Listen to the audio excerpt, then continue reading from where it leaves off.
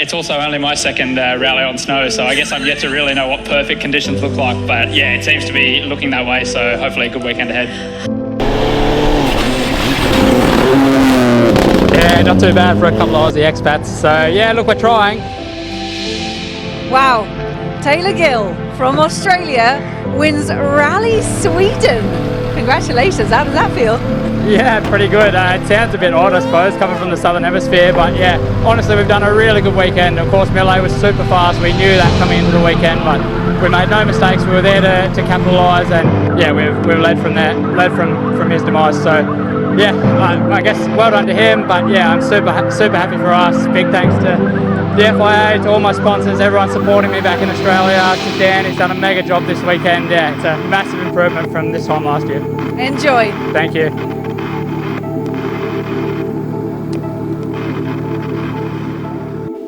Well, I think it's fair to say that Rally Sweden exceeded, I guess, my own expectations. Going into the event, wow, to win a rally on snow, only our second rally on snow in the junior WRC is, yeah, pretty cool. Something that we're pretty proud of, and yeah, I guess it was a big combination of effort to get the result in the end. But ultimately, like, we had a pretty flawless weekend. I've been telling people that it's been probably my most boring weekend of rallying in a way, because nothing went wrong, nothing happened out of the ordinary, everything was going very to plan.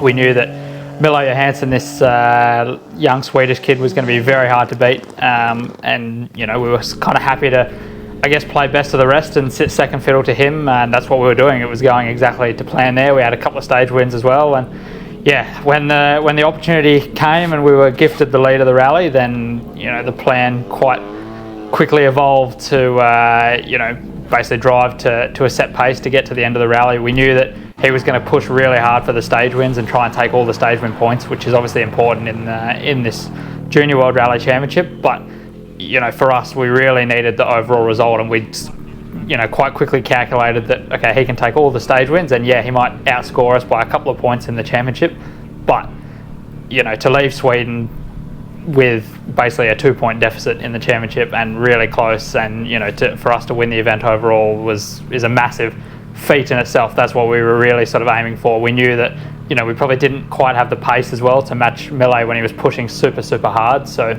again, we knew that we could drive at a certain pace, and that he wouldn't be able to claw back enough times. So yeah, really stoked with the event. I mean, I guess it started with a small test in Finland quite a few weeks ago now, almost a month ago, when we first arrived back here in Finland, and then straight away basically we went to Norway and did a day training with John Haugland at his school up in sort of mid Norway, and yeah, that was a really good day. I got one full day in the car, and I was able to play quite a lot with the setup, and get used to the Hankook tyres and just drive the car again in general, and get reacquainted with the feeling of the studs and everything like that, and being on the ice, because it's similar to gravel, but it's still a bit of a unique driving style, and there's a few sort of niche differences that you have to look for. So yeah, it was nice to get back in the swing there, and we did something like 200 kilometers of testing in one day, driving around on a frozen lake, and then mostly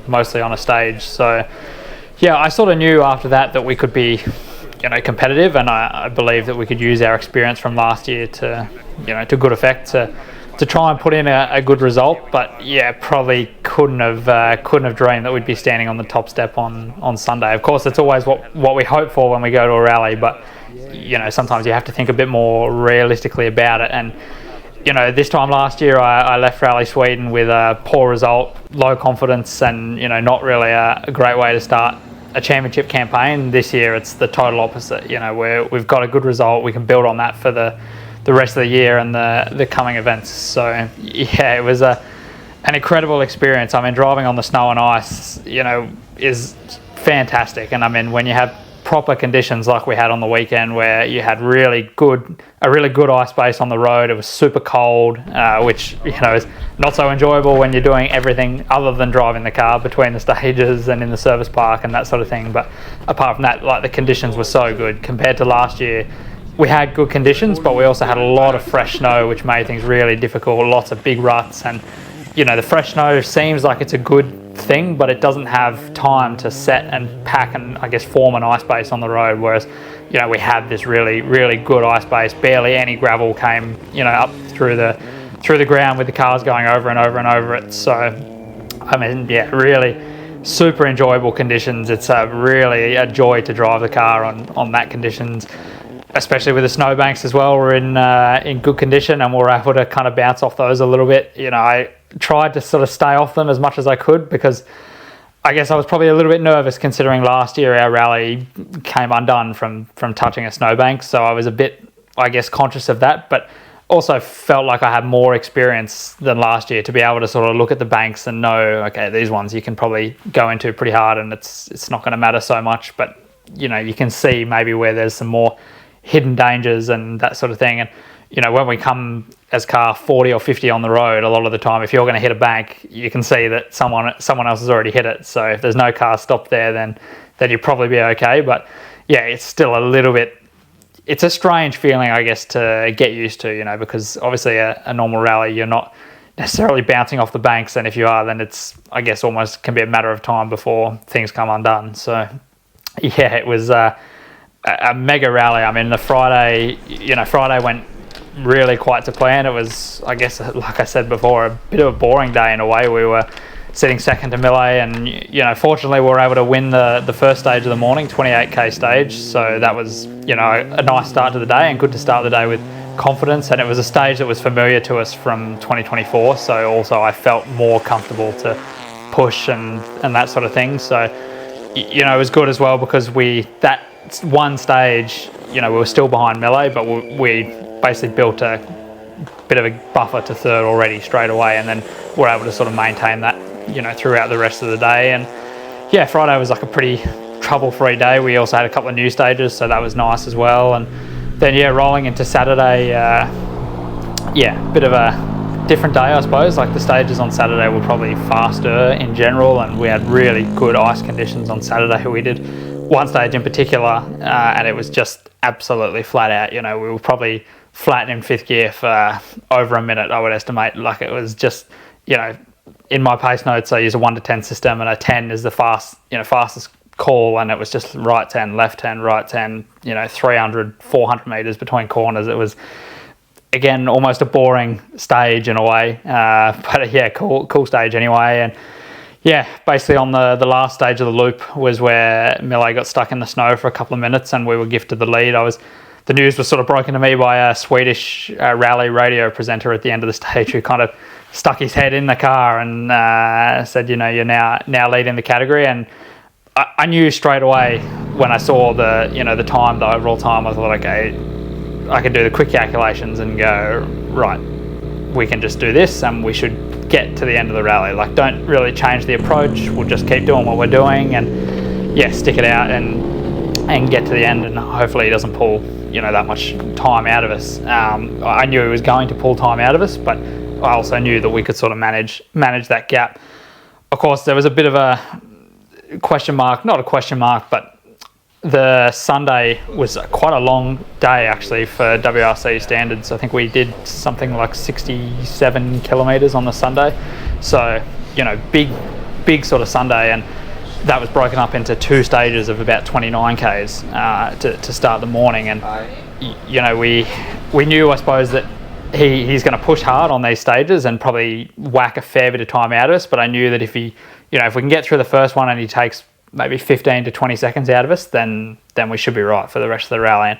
And as it turned out, he took exactly 20 seconds off us. So from then on, I knew, okay, we can manage this pace to the end of the rally, and eventually win by 22.8 seconds. So it's really like crazy. I mean, of course, the win in Rally Finland last year was super special, but this one is also really special just because of the circumstances. To be an Australian driver and win a rally on snow is really a mega sort of thing that I guess is a bit unheard of. So I think it shocked a few people around the WRC as well. But yeah, it was a really cool weekend. Dan did a mega job as per usual on the notes, and it was really nice actually because we had notes from last year that we were able to reuse, and that was a bit of a new kind of experience for me as well, because it's the first rally that I've ever, say, gone into the recce with notes from last year. So yeah, that was also an interesting experience, but yeah, everything sort of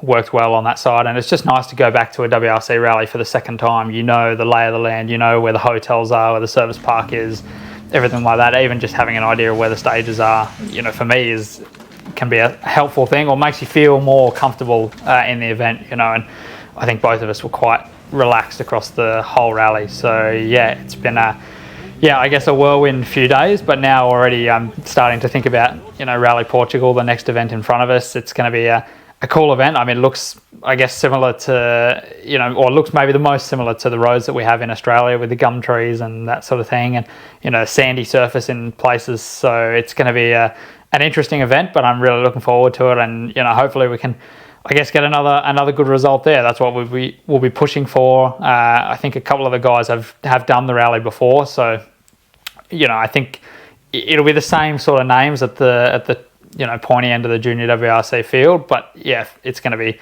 just as competitive as what Sweden was, and we're going to have to push hard before the event as well on the preparation side to really try and put in a good result and continue the momentum. So yeah, I guess it's a big thanks to everyone for the support, the FIA that give me the opportunity, all my personal sponsors from Australia, everyone that's joined the supporters club. Dan's done a mega job, as I touched on a second ago, and yeah, we couldn't do it without everyone behind us supporting us. So yeah, it's been a really cool couple of days, and hopefully we can continue this trajectory into the rest of the season. Cheers.